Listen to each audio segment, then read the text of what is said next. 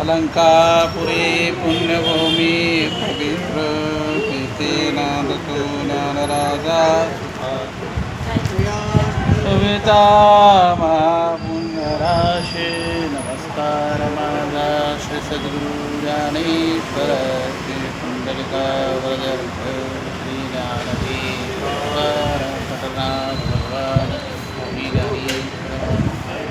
जगद्गुरु श्री संत तुकाराम महाराज सब संतन की जय. अपने माता पिता ज्ञानराज माझी योगाचे माऊली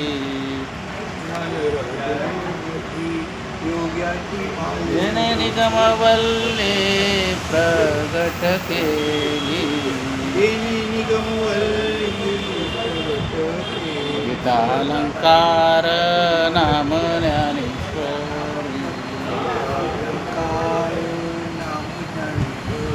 ब्रह्मानंद लहरी प्रगट केली अध्यात्म विद्येचे लाविले रोप चैतन्याचा दीप उजळीला छप्पन्न भाषेचा केला से गौरव भवर नवे नाव उभारली नाचे मी से बैसावे साम्राज्य भुवनी सुखी नंदी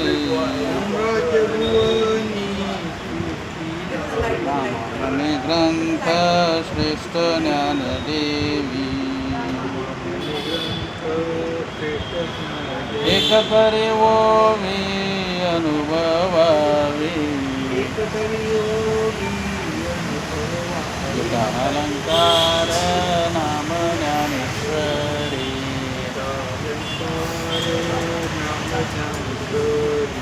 ब्रह्मानंद लहरी प्रगट केली.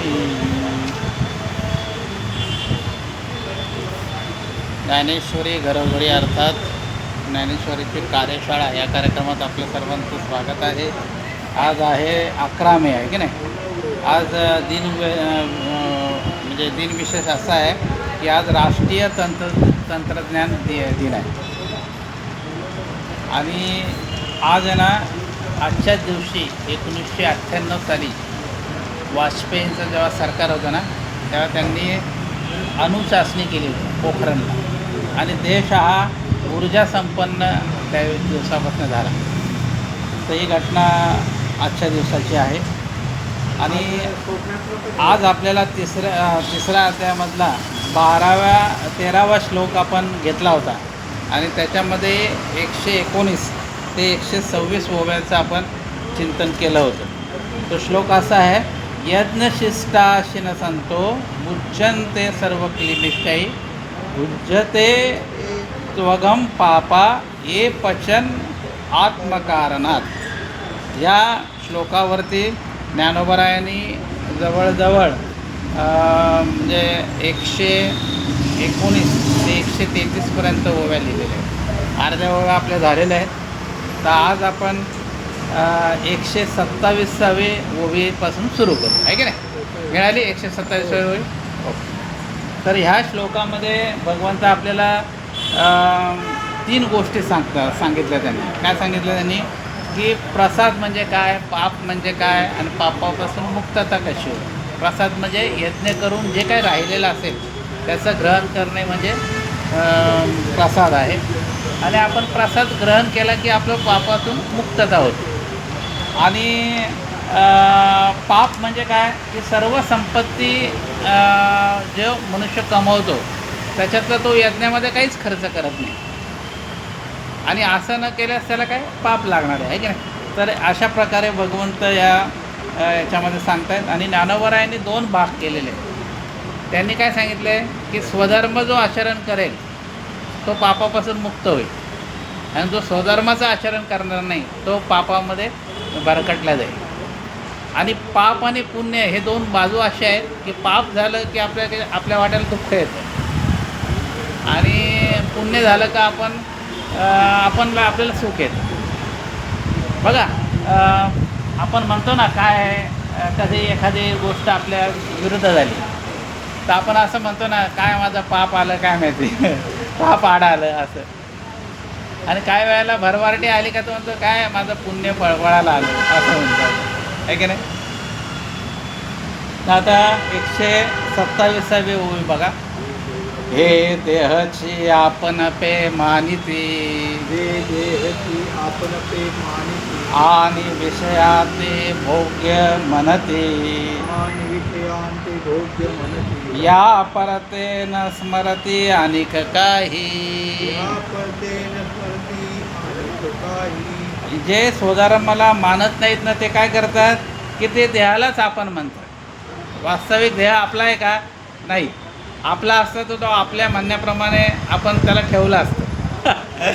आता कोणाला वाटतं की तरुण पण जावं आणि म्हातारपण यावं पण ऑटोमॅटिक येतं ते. त्याला काही नाही लिहायचं कारण की ते आपलं नाही आहे. आपण त्याच्यावर सत्ता गाजवतो ही गोष्ट वेगळी आहे. आपण त्याला चांगलं ठेवायचा प्रयत्न करतो ही गोष्ट वेगळी आहे. तुम्ही किती व्यायाम करा किंवा उपवास करा, तापास करा, पथ्य पाळा तरी ते काय होतं होय, ते जास्त बघा.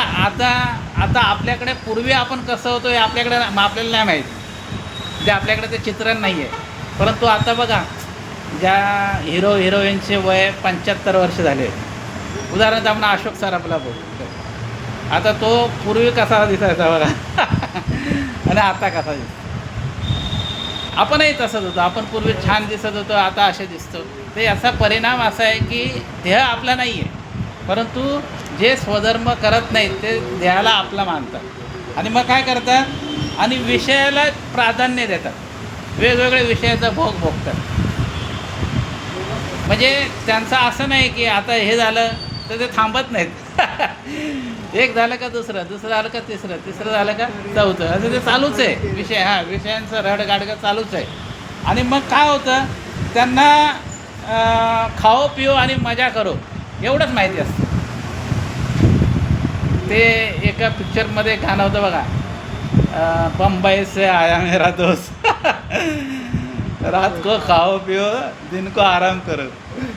तो दादा कोंडके आहे ना तो उपवासाने असा म्हटला होता की मग काम कमी करो म्हणजे रात्री काय तर विनोदाचा भाग सोडून द्या. पण असा प्रश्न आहे इथे की ही लोक काय करतात फक्त विषय बघतात. बाकी त्यांना विषयाच्या पुढे काहीच दिसत नाही. म्हणजे भगवंत आहे या जगामध्ये किंवा असं काही त्याच्या मनातच नसतं कारण का सगळ्या सुखी त्याला मिळालं असतं. आता तो श्रीराम लागून कुठं मानत होता देवाला, नास्तिक होते. असे नास्तिक लोक असतात. पुढे बघा. हे यज्ञोपकरण सकळ हे यज्ञोपकरण सकळ नेनतासे ते बरळ नेनता ते वरळ. बुद्धी केवळ भोगू पाहते. बुद्धी केवळ भोगू पाहती. ते काय करतात मिळालेली संपत्ती यज्ञासाठी खर्च करत नाहीत आणि त्याचा केवळ ते स्वतःच उपभोग घेतात. कारण ते भ्रमिष्ठ झालेले असतात. त्यांना ते देव वगैरे काही मानत नाहीत. त्या जगामध्ये ते कोण देव काय देव असं म्हणजे काहीही म्हणजे जे धर्मच मानत नाही.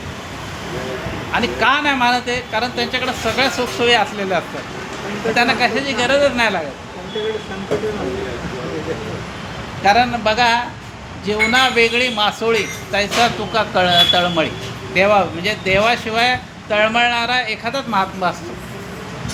मला सांगा ना तुम्ही कुठल्याही गोष्टी करा कुठेही जा कुठलाही व्यवहार करा तुम्हाला कोण सांगणार नाही की तुम्ही देव बघितला का. तुम्ही मुलाचं ॲडमिशन घ्यायचं आहे तिथे मुख्याध्यापक तुम्हाला विचारत नाहीत की तुम्ही देव बघितला का, तुम्हाला काय प्रचिती आहे का. आमचं 1 लाख रुपये हे आहे फी आहे ती तुम्ही भराला तर तुमच्या मुलाला ॲडमिशन आम्ही देऊ.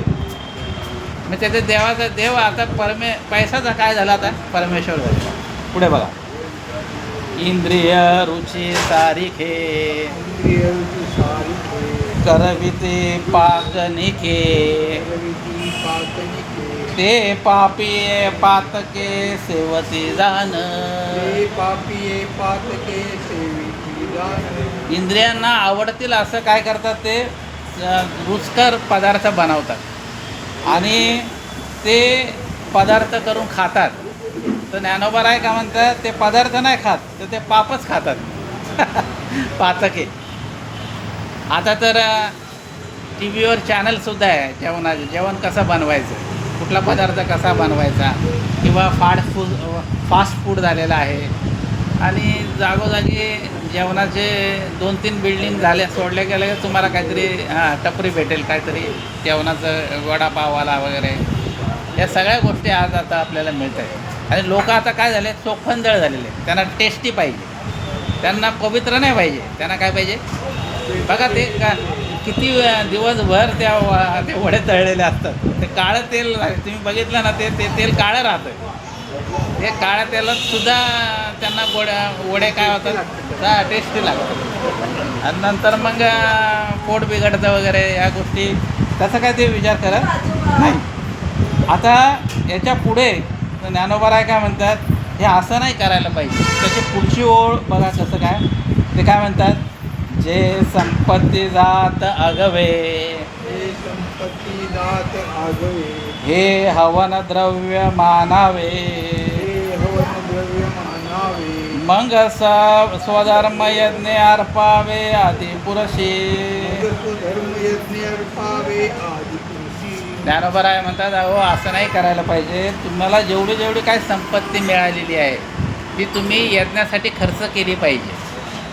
आणि काही थोडा जरी वाटा तुम्ही त्याच्यामध्ये दिला पाहिजे. आणि ते कोणाला अर्पण करायचं आहे, यज्ञ पुरुषाला अर्पण करायचं. यज्ञ पुरुष म्हणजे कोण, भगवंत.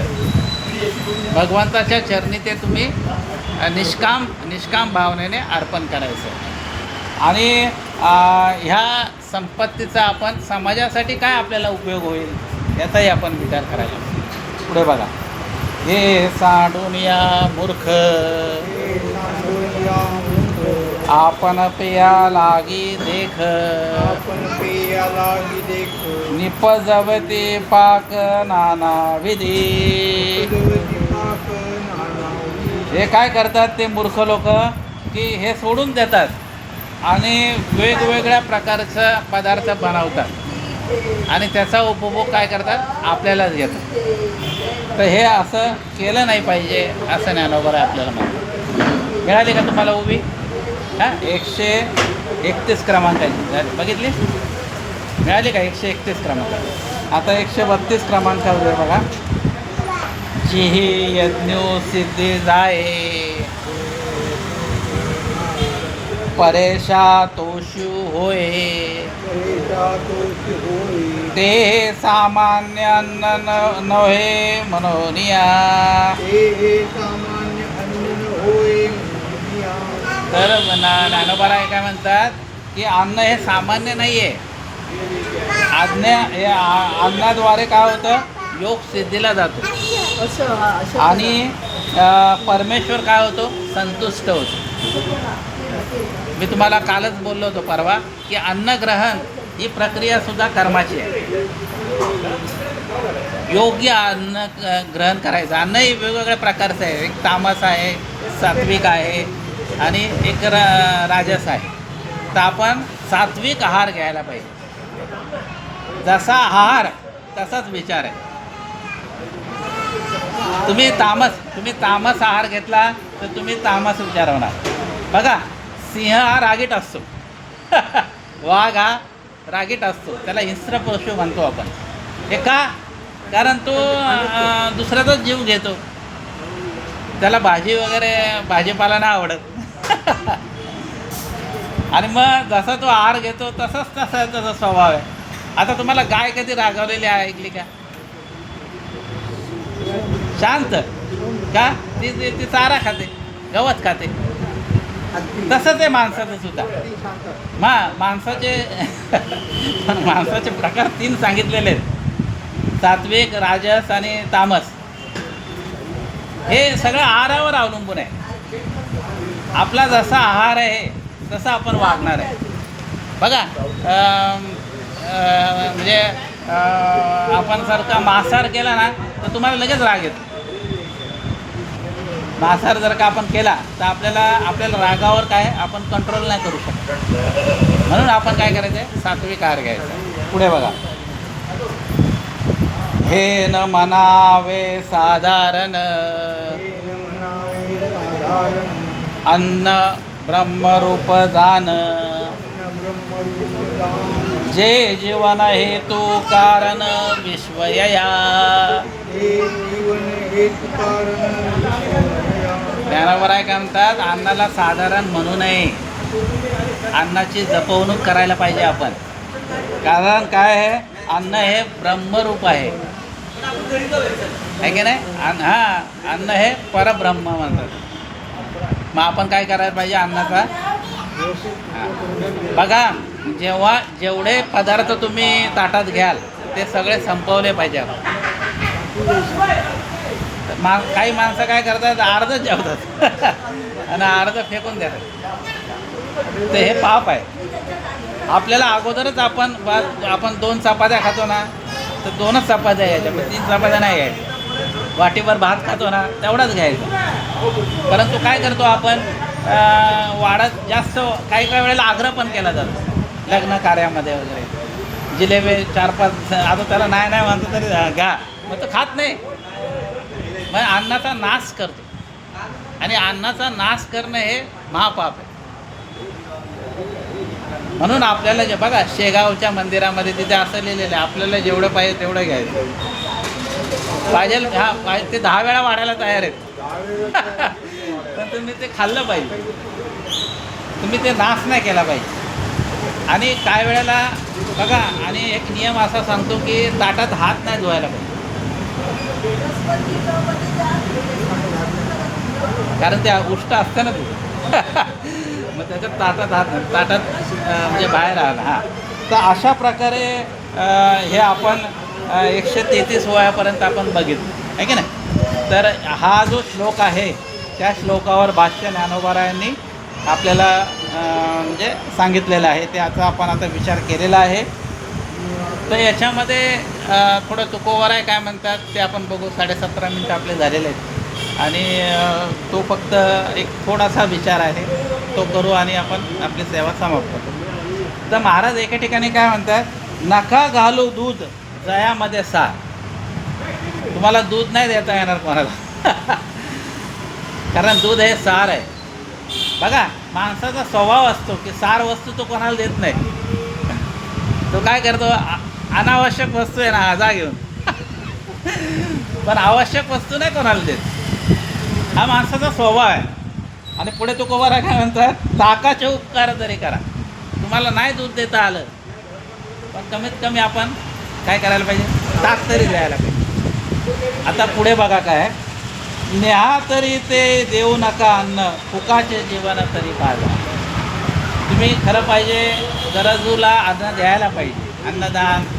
बघा काही वेळेला असं काही होतं की काहींचा वाढदिवस असतो तर ते काय करतात, अनाथ आश्रमामध्ये जातात आणि अनाथ आश्रमामध्ये किंवा वृद्धाश्रमामध्ये आपला वाढदिवस साजरा करतात. त्याच्यामध्ये कल्पना हीच असते की सगळ्यांना आनंद मिळावा, बाकी काही नाही की आम्ही श्रीमंत आहोत हे काही दाखवायचं नसतं त्याच्यामध्ये. तर फक्त एक आनंद वाटून घ्यायचा आहे. कारण देवाणघेवाण जेव्हा होते तेव्हाच आनंदाची काय होते, वृद्धी होते. आणि महाराज काय म्हणतात, तुका म्हणे मज सगुणाची जाड, पूर्वा कोणी कोड दुर्बळ आहे. तर मला भगवंताचीच आवड आहे आणि मी दुर्बळ आहे आणि माझी आवड फक्त भगवंत आहे. फक्त मी तुम्हाला तुमचं जीवन सुसह्य कसं व्हावं, स्वधर्माचं कसं आचरण व्हावं याच्यासाठी मी या गोष्टी तुम्हाला सांगतो. तर असं या अभंगामध्ये अन्नाविषयी भगवंत भरपूर बोलले आहे की नाही. अन्न हे परब्रह्म आहे आणि अन्नामधून यज्ञाची निर्मिती होते. यज्ञामधून आपल्याला प्रसाद मिळतो, प्रसाद घेतल्यानंतर आपल्याला पुण्य मिळतं. अशी ही गोष्ट आहे याच्यामध्ये. आणि पुढच्या श्लोकामध्ये भगवंत 14व्या श्लोकामध्ये आपल्याला जीवनाचं चक्र सांगतात. हां जीवनाची हां आपल्याला आम्हाला हां नाही जीवनाचं सृष्टी कशी चालते आणि त्या चक्रामध्ये आपला काय सहभाग आहे त्याचं चिंतन आपण उद्या बघू. कुंडलिका वरदे विठ्ठल श्री ज्ञानदेव तुकाराम पंढरीनाथ भगवान माऊली ज्ञानेश्वर महाराज सद्गुरु श्री संत तुकाराम महाराज सब संतन की जय. अपने अपने माता पिता की जय. गणपती बाप्पा मोरया मंगलमूर्ती मोरया. आता विश्वात्मके देवे येणे वाग्यज्ञ तोषावे तोषोनी मद द्यावे पसाय दान हे जे खळांची व्यंकटी सांडो तया सत्कर्म रते वाढो भूता परस्परे पडो जीवाचे दुरिताचे तिमिर जाओ